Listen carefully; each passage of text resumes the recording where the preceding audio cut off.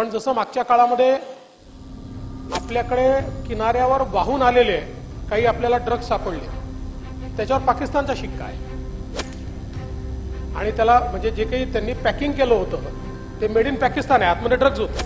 आता जो ललित पाटील आहे, या ललित पाटीलने देखील अशाच प्रकारे काही लोकांना केमिस्ट बिमिस्ट यांना धरून 2020 मध्ये फॅक्टरीज चालू केली ड्रग्जची।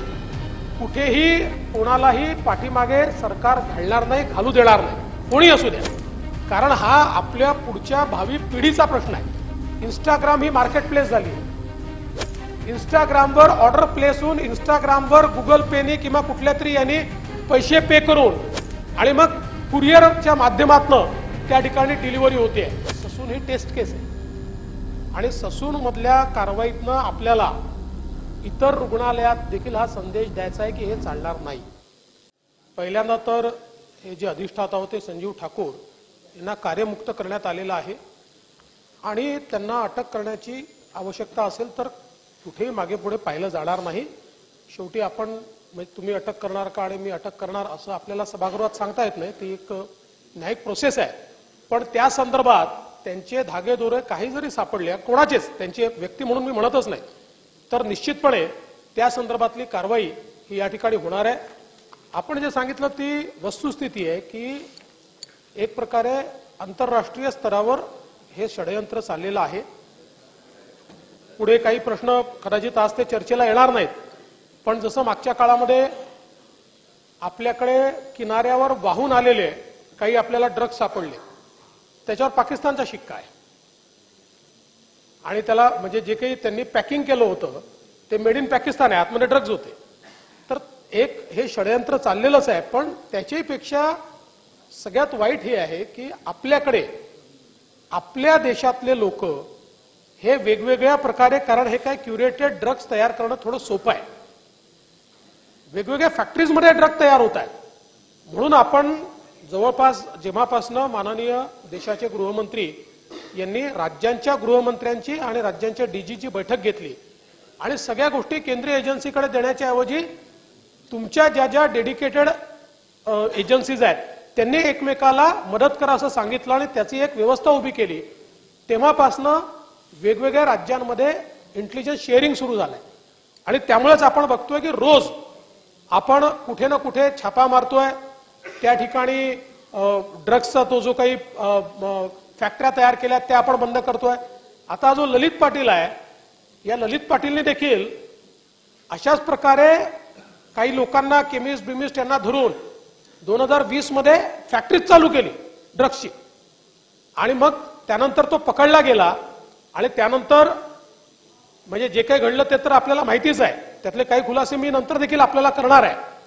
पण मला असं वाटतं की आता या संदर्भात कुठेही कोणालाही पाठीमागे सरकार घालणार नाही, घालू देणार नाही, कोणी असू द्या, कारण हा आपल्या पुढच्या भावी पिढीचा प्रश्न आहे आणि ज्या प्रकारचा हा अटॅक, हा एक प्रकारचा अटॅकच आहे, हा आपल्यावर होतोय, याचा अतिशय कडक मुकाबला झाला पाहिजे। आणि म्हणूनच पहिल्यांदा आपण नॉर्मली लोक सस्पेंड करतो, पण या केसमध्ये आपण ज्यांचा थेट सहभाग मिळाला त्यांना 311 खाली डिसमिस करून टाकलेला आहे आणि यापुढे सरकारची पॉलिसी हीच असेल की ड्रग्सच्या केसमध्ये कोणाचा थेट सहभाग मिळाला तर त्या पोलीस अधिकाऱ्याला किंवा कर्मचाऱ्याला त्या ठिकाणी डिसमिस केलं जाईल आणि त्याच्यामध्ये काही जरी सापडलं तर सगळी म्हणजे अंतिम कारवाई, कारण याच्यामध्ये कोणाला माफी देण्याचं कारण नाही, ती कारवाई देखील आपण करू। याच्यामध्ये जे पोलीस निरीक्षक, सहाय्यक पोलीस निरीक्षक होते भागवत म्हणून, त्यांनाही निलंबित केलेला आहे आणि त्यांचाही सहभाग हा तिथे त्यांचा सहभाग, त्यांचं सुपरविजनरी ड्युटी होती, सुपरवायझरी, पण तरी देखील आता तर त्यांना निलंबित याकरता केलंय की सुपरवायझरी ड्युटी त्यांनी नीट केली नाही, पण त्याच्या पलीकडे त्यांचाही कुठला सहभाग जर मिळाला तर त्यांच्यावरही कारवाई केली। आणि धारावीमध्ये आपण जी कारवाई केली त्याच्यामध्ये खूप मोठा नेक्सस सापडला आपल्याला। आपण पूर्वी कन्झम्पशन करणारा किंवा जो मधला दलाल आहे म्हणजे जो विकणारा यांच्यापुरतं आपण केवळ कारवाई करत होतो, पेडलर। आता हा नियमच केलाय की पेडलरवर कारवाई करून थांबायचं नाही।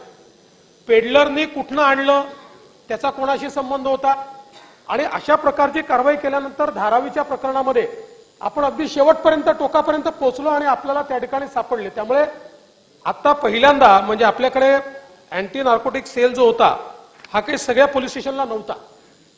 हा आपण फक्त मेजर ठिकाणी ठेवलेला होता. पण आता जवळपास आपले जेवढे 45 युनिट आहेत या सगळ्या युनिटमध्ये आपण अँटी नार्कोटिक सेल सुरू केलेला आहे. त्याला डेडिकेटेड मॅनपॉवर दिलेली आहे आणि त्यासोबत जिल्हाधिकाऱ्याच्या अंतर्गत देखील एक समिती तयार केली आहे की ज्या समितीने समन्वयाची बैठक महिन्यातनं एकदा तरी घ्यायची आहे आणि सगळे जेवढे नार्कोटिक्सच्या संदर्भात काम करणारे केंद्राची एजन्सी, राज्याची एजन्सी या सगळ्यांसोबत इंटेलिजन्स शेअरिंग करायचं आहे आणि कारवाई करायची आहे. याही बैठका आता नियमित सुरू झालेल्या आहेत आणि म्हणूनच आता या ज्या काही कारवाया गेल्या 2 महिन्यामध्ये आपण बघितलेल्या आहेत प्रचंड मोठ्या प्रमाणात या कारवाया झालेल्या आहेत. कारण याचा सातत्याने इंटेलिजन्स मिळतोय आणि फॉर्च्युनेटली आता आपणही आपल्याला मिळालेला इंटेलिजन्स हा बाहेरच्या राज्यांशी शेअर करतोय आणि बाहेरच्या राज्यातनंही इंटेलिजन्स हा आपल्याकडे आता यायला लागलेला आहे आणि म्हणून ही कारवाई होते. पण आपण जे म्हणालात ती वस्तुस्थिती मी नाकारत नाही. ही स्थिती जी आहे ही आता आपण जर योग्य कारवाई केली नाही तर आपली पुढची पिढी निश्चितपणे याच्यात बर्बाद होऊ शकते. आणि विशेषतः याच्यामध्ये काही अडचणी अशा आहेत की ज्याच्यावर आपल्याला कारवाई करावी लागेल. उदाहरणादाखल आज इंस्टाग्राम ही मार्केट प्लेस झाली. इंस्टाग्रामवर ऑर्डर प्लेस होऊन इंस्टाग्रामवर गुगल पेनी किंवा कुठल्या तरी यांनी पैसे पे करून आणि मग कुरिअरच्या माध्यमातून त्या ठिकाणी डिलिव्हरी होते. अशा प्रकारचे चॅलेंजेस आहेत. डार्कनेटच्या माध्यमातून याचा व्यवहार चाललेला आहे. पण तरी देखील सगळ्या कुरिअर एजन्सीजला तुमचे कुरिअर तपासण्याची जबाबदारी तुमची आहे हे आपण सांगितलेलं आहे. नवीन इक्विपमेंट्स आपण घेतलेले आहेत की ज्याच्यामध्ये आपल्याला सरप्राईज चेकिंग कुरिअरमध्ये करता येईल. कारण कुरिअर आता एक मोठं माध्यम झालं आहे अशा प्रकारे ड्रग पेडलिंगचं. त्याच्यामुळे त्याही संदर्भातली कारवाई ही आता आपण मोठ्या प्रमाणात सुरू केली आहे. शाळा कॉलेजेस जवळच्या ज्या इंटेलिजन्स बेस्ड पानटपऱ्या होत्या की जिथे त्याचा पुरावा तर कुठला नसतो पण संशय असतो अशा जवळपास 2369 पानटपऱ्या तोडून टाकलेल्या आहेत. त्यांच्यावर कारवाई आपण केलेली आहे. 38,873 ह्या ई सिगरेट्स ज्या आहेत त्याच्यावर आपण कारवाई केलेली आहे. हुक्का पार्लर जे अवैध आहेत त्याच्यावर देखील आपण मोठ्या प्रमाणात या ठिकाणी कारवाई केलेली आहे. त्यामुळे ही कारवाई वरूनही चालली आहे आणि खालूनही चालली आहे.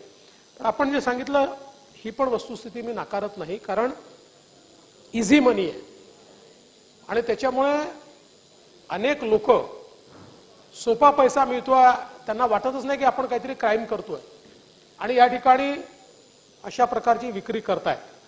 त्यामुळे निश्चितपणे कायदा तर आपल्या ठिकाणी आहेच पण तो अधिक कसा कडक करता येईल याही संदर्भात माननीय गृहमंत्र्यांची चर्चा झाली आणि आपण महाराष्ट्रातर्फे प्रपोजल देखील त्यांना पाठवलेला आहे की कमर्शियल क्वांटिटी जी आहे या कमर्शियल क्वांटिटीला जो आतापर्यंत आपण समजा 10 ग्रॅम ही आपण कमर्शियल क्वांटिटी पकडत होतो आता 5 ग्रॅमच पकडा. हा नाही एमसीओसी मध्ये बरेच टाकले आहेत पण जुने गुन्हे असल्याशिवाय आपल्याला माहिती नाही तर कोर्ट एका मिनिटात त्यांना त्या ठिकाणी सोडून देते. त्यामुळे एमसीओसी मध्ये देखील आपण लोकांना टाकतो आहे आणि या संदर्भात मी आपल्याला आश्वस्त करतो. आपण दुसरा जो मुद्दा सांगितला तोही महत्वाचा आहे. फक्त त्या मुद्द्यामध्ये आपली अडचण एवढीच असते की साधारणपणे हे लोक कोर्टातनं ऑर्डर आणतात आणि काही प्रकरणं तर मी आपल्याला दाखवीन अशी आहेत की आपण कोर्टासमोर माहिती ठेवली आहे की बाबा आता यांना फार काही गरज नाही आहे पण लगेच त्यांचा कुठला तरी प्रायव्हेट डॉक्टर पुन्हा कोर्टासमोर सांगतो की नाही नाही हे तर आहेच यांना हा तर यांचा प्रॉब्लेम आहेच आणि मग कोर्ट पुन्हा त्याला एक्सटेन्शन देतं. पण हे सगळं होत असताना काही प्रमाणात यात संगनमत आहेच आणि ते मोडून काढावंच लागेल. त्यामुळे ते निश्चितपणे मोडून काढण्याचा प्रयत्न आमच्या वतीनं केला जाईल. माझं तर मत असं आहे की ससून ही टेस्ट केस आहे आणि ससून मधल्या कारवाईतनं आपल्याला इतर रुग्णालयात देखील हा संदेश द्यायचा आहे की हे चालणार नाही. एक खूप महत्वाची गोष्ट याच्यामध्ये खरं म्हणजे सन्माननीय गृहमंत्र्यांनी ज्यावेळेस बैठक घेतली तर त्यांच्या भाषणात त्यांनी एक वाक्य म्हटलं जे मला असं वाटतं अत्यंत महत्वाचं आहे. ते असं म्हणाले की जगातले मोठे देश कॅनडा असेल, अमेरिका असेल, अमेरिकेतले काही राज्य असतील, काही युरोपियन देश असतील हे लोक ड्रग्सची लढाई हारले आणि त्यामुळे त्यांनी ड्रग्ज नियमित करून टाकले. आता आपल्याकडे जशी दारू अलाउड आहे तसं कॅनडा किंवा अनेक युरोपियन देशांमध्ये ड्रग्स त्यांनी अलाउ केले.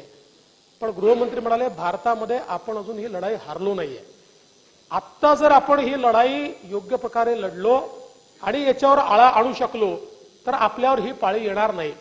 आणि मला असं वाटतं की तोच धागा धरून आम्ही या संपूर्ण प्रकरणात काम करतोय. आणि म्हणूनच माझ्याकडे यादी आहे की आपण किती मोठे मोठे ऑपरेशन्स हे या ठिकाणी केले आहेत. पण जशी ती यादी आहे तशी ती यादी पाहिल्यानंतर ती किती भयावह आहे हे देखील याच्यामध्ये लक्षात येतं. हा त्याच्यातही आणि आता जसं नायजेरियनचं आपण सांगितलं, आपण जवळपास 174 लोकांवर कारवाई केली. पण नंतर असं लक्षात आलं की ही कारवाई त्यांना हवी आहे. याचं कारण काय आहे तर ही कारवाई केली की त्यांना डिपोर्ट नाही करत, आपण करू शकत नाही, कारण त्यांच्यावर आपल्याकडे गुन्हा दाखल होतो. त्यामुळे त्यांना एक गुन्हा आपल्याकडे दाखलच करून पाहिजे, म्हणजे मग त्या गुन्ह्याचा निकाल लागेपर्यंत त्यांना भारतात राहण्याची परवानगी मिळते. म्हणून आता पहिल्यांदा आपण डिटेन्शन सेंटर काढलाय. आपल्याला त्यांना जेलमध्ये नाही ठेवताय पण त्यांना डिटेन्शन सेंटरमध्ये ठेवता येतं. पहिलं डिटेन्शन सेंटर आता आपण मुंबईत सुरू केलंय. अजून आपल्याला करावे लागणार आहे. जोपर्यंत यांच्या खटल्याचा निकाल लागत नाही आणि त्यांना डिपोर्ट आपण करत नाही तोपर्यंत त्यांना बाहेर फिरू द्यायच्या ऐवजी त्यांना डिटेन्शन सेंटरमध्ये ठेवण्याचा प्रयत्न आता आपला चाललेला आहे. हे 2/4/2021 हे पत्र जे पिंपरी चिंचवडचे आयुक्त होते तेव्हाचे कृष्ण प्रकाश यांनी सरकारला पाठवलं होतं, गृहमंत्रालयाला पाठवलं होतं. आणि त्यात त्यांनी सांगितलं होतं की ललित पाटील हा अशा अशा प्रकारच्या गुन्ह्यामध्ये 2021 ललित पाटील अशा अशा प्रकारच्या गुन्ह्यात आहे आणि याची पोलीस कस्टडी घेण्याची आवश्यकता होती, ती घेतलेली नाही. तो MCR मध्ये गेला आणि म्हणून आता 15 दिवसापेक्षा जास्त होऊन गेले आहेत. आता जर कस्टडी घ्यायची असेल तर हायकोर्टात जाऊन आपल्याला अपील करावी लागेल आणि म्हणून हायकोर्टात अपील करण्याची परवानगी मागितली, पण ती परवानगी काही मिळाली नाही, परवानगीच दिली नाही. आता खरं म्हणजे एवढ्या महत्वाच्या गुन्ह्यामध्ये जो आरोपी पकडला गेला त्या आरोपीची एका दिवसाचं इंट्रोगेशन नाही आहे भाऊ, नॉट अ सिंगल डे. आता जे इंट्रोगेशन आपण करतो दुसऱ्या गुन्ह्यात करतोय, पण या पर्टिक्युलर गुन्ह्यामध्ये जेव्हा जो कारखाना सापडला त्या गुन्ह्यामध्ये त्याचं एका दिवसाचं इंट्रोगेशन आपण करू शकलो नाही. त्यामुळे या सगळ्या गोष्टी, आणि मला बिलकुल त्याला राजकारणाकडे न्यायचं नाही, पण मी आता कोणी का नाही दिली, काय याची कस्टडी नाही मिळाली, कोणीही परवानगी नाही दिली, अशा सगळ्या गोष्टींचं कारण शेवटी सिस्टीम जर सुधारली नाही तर ती सिस्टीम सुधारण्याची आवश्यकता आहे. त्याच्यामुळे त्याही संदर्भात आपण जे काही लक्ष आहे ते लक्ष त्या ठिकाणी देतो आहोत. आणि आपण जे सांगितलं तर ऑलरेडी आता आपण निर्णय घेतलाय अँटी नार्कोटिक टास्क फोर्स निर्माण करण्याचा. आणि हा टास्क फोर्स जो आहे हा आपल्या महाराष्ट्रामध्ये आपला अँटी नार्कोटिक्स ब्युरो आहेच आपला महाराष्ट्राचा, त्याला आपण सगळ्या पोलीस स्टेशन पर्यंत नेतो आहोत आणि त्याला टास्क फोर्स मध्ये आपण परिवर्तित करतो आहोत, जेणेकरून सगळ्या राज्यांना ह्या सूचना आहेत की सगळ्या राज्यांनी टास्क फोर्स तयार करावे. आपण पुढे आहोत, आपला झालाय. आणि या सगळ्या टास्क फोर्सने एकमेकाशी संवाद करावा आणि NCRB जे नॅशनल नार्कोटिक्स ब्युरो जे आहे आपलं, त्यांनी जे काही इंटेलिजन्स शेअरिंग आहे ते या सगळ्या टास्क फोर्सशी करावं. अशा प्रकारचा एक पिरॅमिड हा आता देशामध्ये तयार झालेला आहे. त्यामुळे आतापर्यंत राज्य स्वतः पुरतं कारवाई करत होते, आता एक राष्ट्रीय टास्क फोर्स म्हणून म्हणजे सगळे टास्क फोर्स एकत्रितपणे कारवाई करतील अशा प्रकारची व्यवस्था उभी केली आहे. कारखान्यांमध्येच त्या ठिकाणी ते काम चाललेलं आहे. आणि याच्यामध्ये काही केमिस्ट, काही वेगवेगळ्या प्रकारे ज्यांना या संदर्भातलं रसायन तयार करता येतं अशा प्रकारचं एक पूर्ण रॅकेट तयार होतं. आणि मग त्या बंद कारखान्यामध्ये दुर्दैवाने मी त्या दिवशी देखील बोललो की हे जे काही MD सारखे ड्रग्ज आहेत हे म्हणजे जसं पूर्वीच्या काळामध्ये आपल्या घरी ऊस जो असायचा त्याचा रस काढून आणि तो कढईत टाकून आपण गूळ तयार करायचो, तशा प्रकारचे हे ड्रग्ज आता तयार होऊन राहिलेले आहेत. आणि त्याच्यामुळे हे पण आपण आदेश दिलेले आहेत की ज्या ज्या भागामध्ये इंटेलिजन्स आपल्याला आहे आणि जिथे साधारणपणे प्रादुर्भाव आहे अशा सगळ्या भागांमध्ये जे काही बंद कारखाने आहेत त्याच्याला भेट देण्याचे आणि त्याची माहिती घेण्याचे आदेश देखील हे आपण दिलेले आहेत. दुसरं आपण जे सांगितलं ही गोष्ट खरीच आहे की 7-7 महिने एखादा व्यक्ती ऍडमिट राहतो आणि त्याला काही आणि ते 2020 पासून जेवढे वेळा तो पकडला गेला तो ऍडमिटच आहे. म्हणजे त्याला काही विषयच नाही. त्याने ते किती कुठले आजार आहे माहिती नाही, म्हणजे त्याच्या आजाराची लिस्ट जर जी काही डॉक्टरांनी दिली आहे ती पाहिली तर असं वाटतं की हा माणूस चालूच शकत नाही, पण तो पळून जातो, पसार होतो, तो पसार होतो. त्याच्यामुळे डीनवर कडक कारवाई केलीच जाईल. आणि आपण जे सांगितलं मी पुन्हा आपल्याला सांगतो की वरिष्ठ पोलीस अधिकारी कोणीही, कारण चौकशी याची चाललेली आहे आणि स्वतंत्रपणे चौकशी आपण करतो, कोणीही आढळला तरी त्याच्यावर कारवाई केली. याच्यात मिळालेलं आहे ते कुठून मिळतं? कारण मॅफेड्रॉनचं मोठं प्रमाण आहे. मला वाटतं शुगर फॅक्टरीज वगैरेंना सुद्धा त्याची आवश्यकता असते. असं मॅफेड्रॉन एवढ्या प्रमाणात खरेदी करता येत नाही. त्याचा सुद्धा याच्यात मला वाटतं तपास व्हावा. नाही, निश्चित तोही तपास आपण करू. आणि हे काय आहे की वेगवेगळ्या केमिकल्सचं मिश्रण करून ते तयार करून राहिले आणि वेगवेगळ्या इंडस्ट्रीजला आता जसं आपण मागच्या काळामध्ये कोडीन म्हणजे ते जे कफ सिरप्स होते कोडीन युक्त, तर त्या संदर्भात त्याचं ऍडिक्शन सुरू झालं होतं खूप मोठ्या प्रमाणात. आयोडेक्स झालं होतं. तर कोडीनच्या संदर्भात आता आपण निर्णय घेतला आणि विशेषतः जे आपले फार्मसिस्ट आहेत, केमिस्ट फार्मसिस्ट असोसिएशन यांनी मदत केली आणि निर्णय केला की प्रिस्क्रिप्शन शिवाय ते द्यायचे नाहीत आणि प्रत्येक फार्मसीमध्ये CCTV लावायचा, जेणेकरून बिना प्रिस्क्रिप्शनचं जर कुठनं घेतलं असेल तर त्या संदर्भातली माहितीही मिळेल. आणि आता हे सुरू झालं आणि याच्यावर बंदी आपण आणली त्या ठिकाणी. त्याच्यामुळे ते थोडं कमी झालेलं आहे. पण दुर्दैवाने नवनवीन औषधं हे शोधून काढतात. आता काही केसेस अशा देखील मिळालेल्या आहेत की एकाच व्यक्तीने अनेक प्रिस्क्रिप्शन जनरेट केले वेगवेगळ्या डॉक्टरकडनं. तुझे 4 200 प्रिस्क्रिप्शन घेतले आणि त्याच्या आधारावर खरेदी करून टाकली. त्यामुळे हा एक वन टाइम सेटलमेंटवाला मामला नाही आहे. याच्या मागे लागावंच लागेल. हे नवनवीन, कारण यात फार इझी मनी आहे. त्यामुळे त्या इझी मनी करता चाललेलं आहे. तर त्याच्याकरता ही कारवाई करावीच लागेल. आणि सभागृहाची जी भावना आहे त्या भावनेशी सरकार देखील सहमत आहे. त्यामुळे ही कारवाई आम्ही अजून इंटेन्सिफाय